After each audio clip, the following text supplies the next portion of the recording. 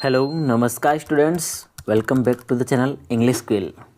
आज की इस क्लास में हम ये जो आर्टिकल है कल्कि के ऊपर विकिपीडिया से लिया गया आर्टिकल, इसको हम रीड करेंगे, कॉम्प्रिहेंड करेंगे। मतलब आज हम अपनी रीडिंग और कॉम्प्रिहेंशन स्किल को इम्प्रूव करेंगे इंग्लिश में, और साथ ही कुछ नए कॉन्सेप्ट्स और एडवांस लेवल की वोकैब भी देखते हुए चलेंगे। तो आज का लेसन काफ़ी मज़ेदार, इंटरेस्टिंग, इम्पोर्टेंट रहने वाला है। तो शुरू करते हैं। कल्कि आप जानते हैं the end of the Kalyuga.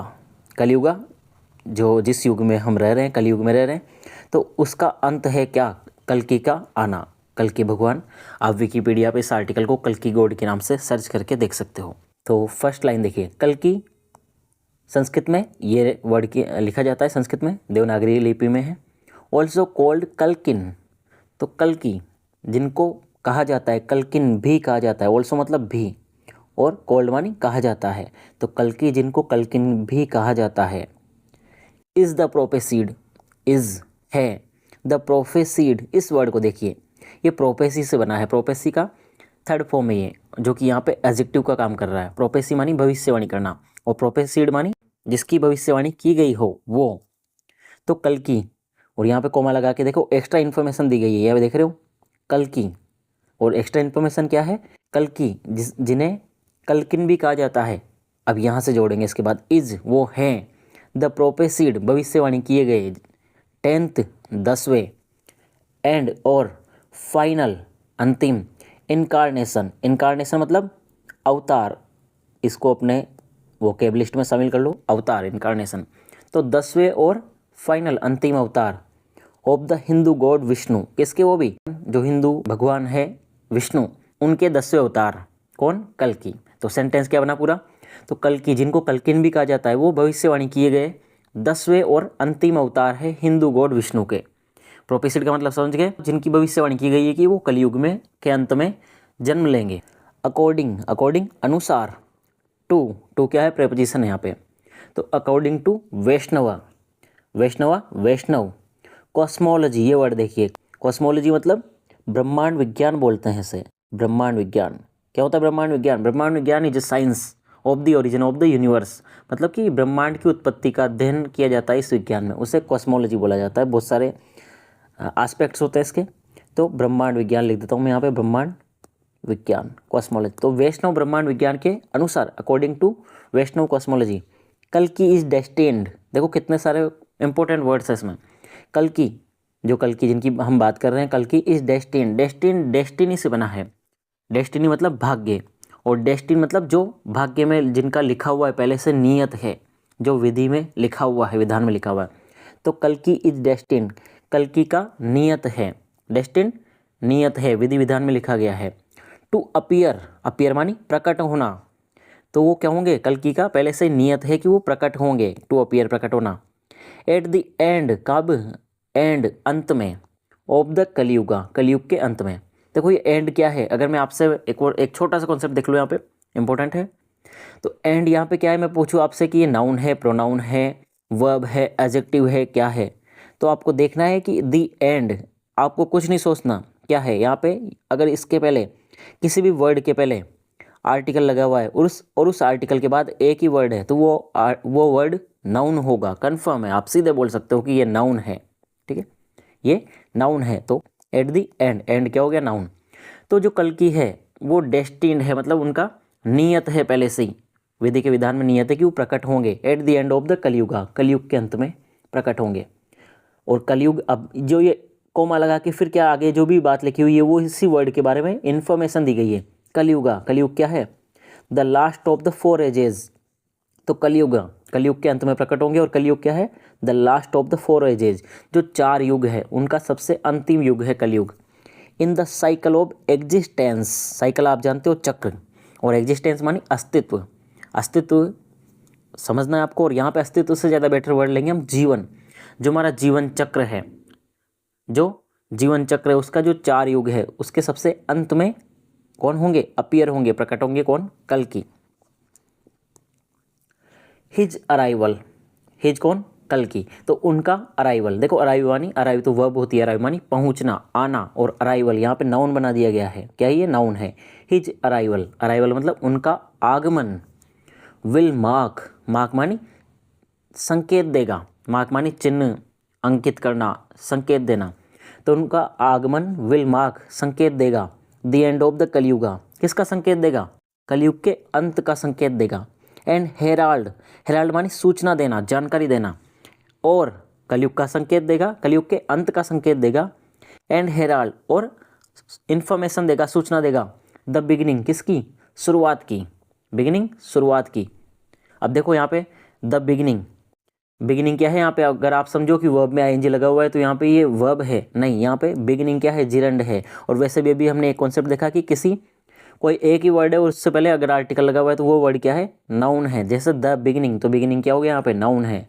Beginning मानी यहाँ पे शुरू हो रहा है मतलब नहीं है, बिगिनिंग का मतलब हो गया शुरुआत।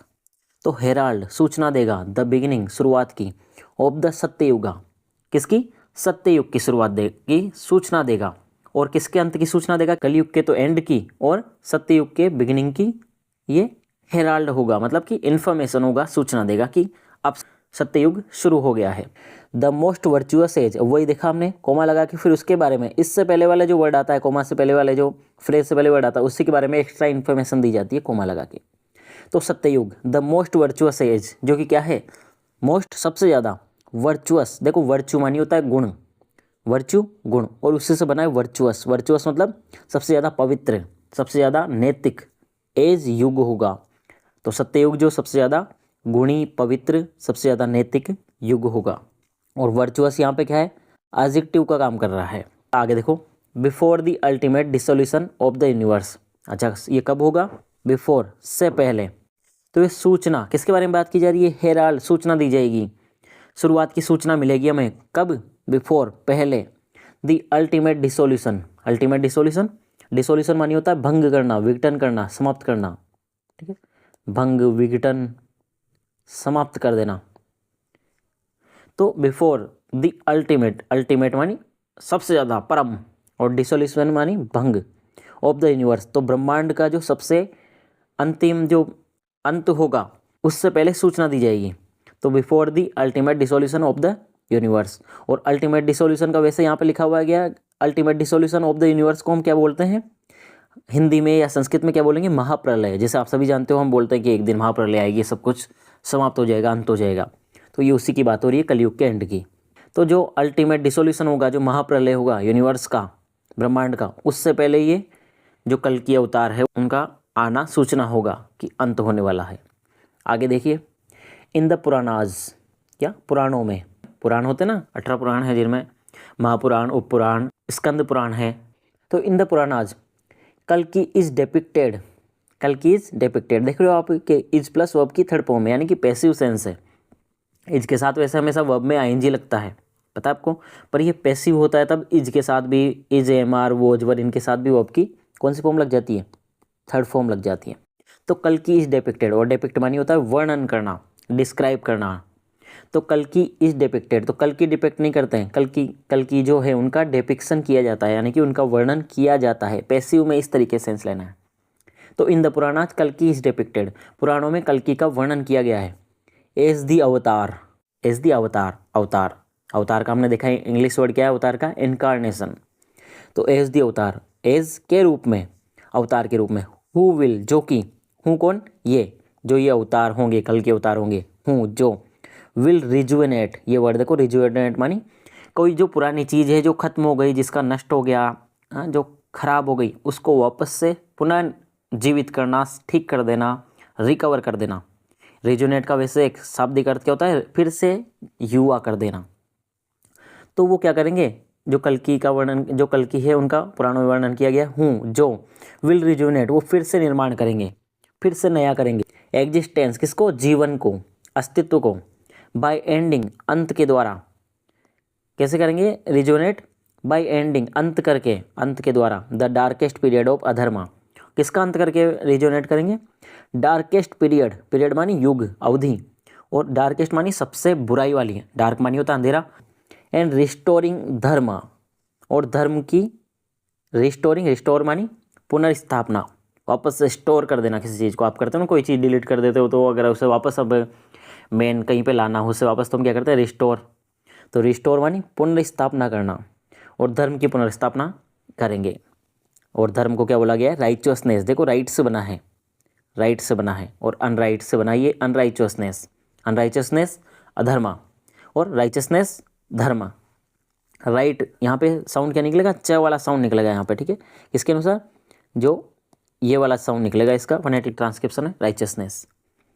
रिस्टोरिंग धर्मा राइचुअसनेस। आगे देखो, ही डिस्क्राइब्ड, फिर से कैसा है सेंटेंस, देखो एक्टिव है कि पैसिव है, पैसिव है, इज प्लस वर्ब की थर्ड फॉर्म है, ठीक है, इज प्लस वर्ब की थर्ड फॉर्म है। तो ही इज डिस्क्राइब्ड, और उनका, ही कौन, कल्कि, कल्कि के लिए प्रोनाउन आया ही, तो ही डिस्क्राइब्ड और उनका वर्णन किया गया है।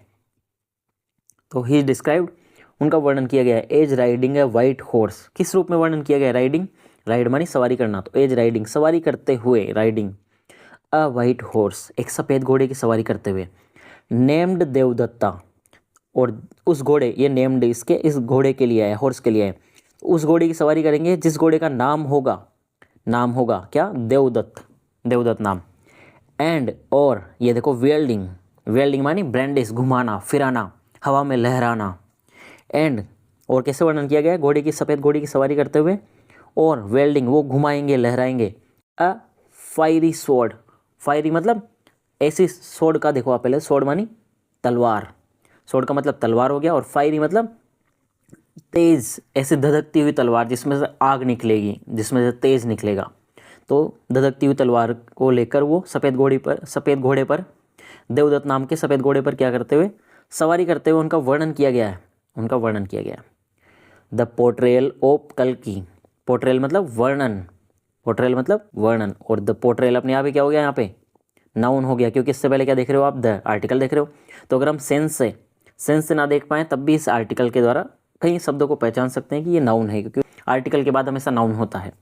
तो द पोर्ट्रेयल ऑफ कल्कि, जो कल्कि है उनका वर्णन, कल्कि का वर्णन, वेरीज, देखो ये वर्ड देखो वेरीज, आप जानते हो इस वर्ड को अच्छे से, ये वर्ब है यहाँ पे, थर्ड पर्सन सिंगुलर वर्ब है ना, वर्ब की फर्स्ट फॉर्म में एस लगा हुआ है, तो ये बना है वेरी से, VARY, और इसी से वर्ड बना हुआ है वेराइटी। आप बोलते हो ना वेराइटी में चाहिए मुझे, तो ये वेराइटी मतलब अलग अलग, तो यहाँ पे भी है वेरीज मानी डिफर, अलग अलग होना। तो कल्कि का जो वर्णन है वेरीज, वो अलग अलग होता है, भिन्न भिन्न होता है। अक्रॉस, अक्रॉस प्रेपोजिशन है, किन में से, किन में अलग अलग होता है, डिफरेंट पुराणाज, अलग अलग पुराणों में अलग अलग वर्णन मिलता है, वेरीज होता है वर्णन। एंड और हिज नरेटिव, और जो इनकी नरेटिव का मतलब क्या देखोगे आप, टेल, स्टोरी, कहानी, और इनकी जो कथा है, इनकी जो नरेटिव है, कहानी है, इज ऑल्सो फाउंड, वो भी पाई जाती है। फाउंड यहाँ पे इज फाउंड फिर से पैसिव है, इज प्लस वर्ब की थर्ड फॉर्म में, फाइंड की थर्ड फॉर्म में found, find found found. And his narrative is also found, और इनकी जो कथा है वो भी पाई जाती है, मतलब मिलती है, इन अदर ट्रेडिशंस, अन्य परंपराओं में भी, ट्रेडिशंस का मतलब यहाँ पे अदर रिलीजन्स, अन्य धर्मों में मिलती है। इंक्लूडिंग, इंक्लूड मानी शामिल होना, तो इंक्लूडिंग जिनमें शामिल है द काल चक्र तंत्र ऑफ तिब्बतन बुद्धिज्म, तिब्बत का जो बौद्ध धर्म है उसके अंदर काल चक्र तंत्र करके क्या है, कहानी है, कथा है, कहानी कथा है काल चक्र तंत्र, उसमें भी जो कल्कि है उनकी नरेटिव मिलती है, उनकी कथा मिलती है। एंड और, एंड क्या है, कोऑर्डिनेटिंग कंजंक्शन है। एंड सिख टेक्स्ट, और जो सिख ग्रंथ है, टेक्स्ट का मतलब यहाँ पे क्या देखना है, टेक्स्ट, टेक्स्ट मानी ग्रंथ, स्क्रिप्चर्स, और जो सिख ग्रंथ हैं उनमें भी मिलती है कल्कि की कथा। तो दैट्स इट, इस तरीके से हमने आज का ये रीड और कॉम्प्रिहेंड करने की कोशिश की। इसी तरह की क्लासेज आपको मिलती रहेंगी। चैनल को सब्सक्राइब कर लीजिए और वीडियो को लाइक कर दीजिए अगर हेल्पफुल रहा हो तो। फिर मिलते हैं नेक्स्ट क्लास में।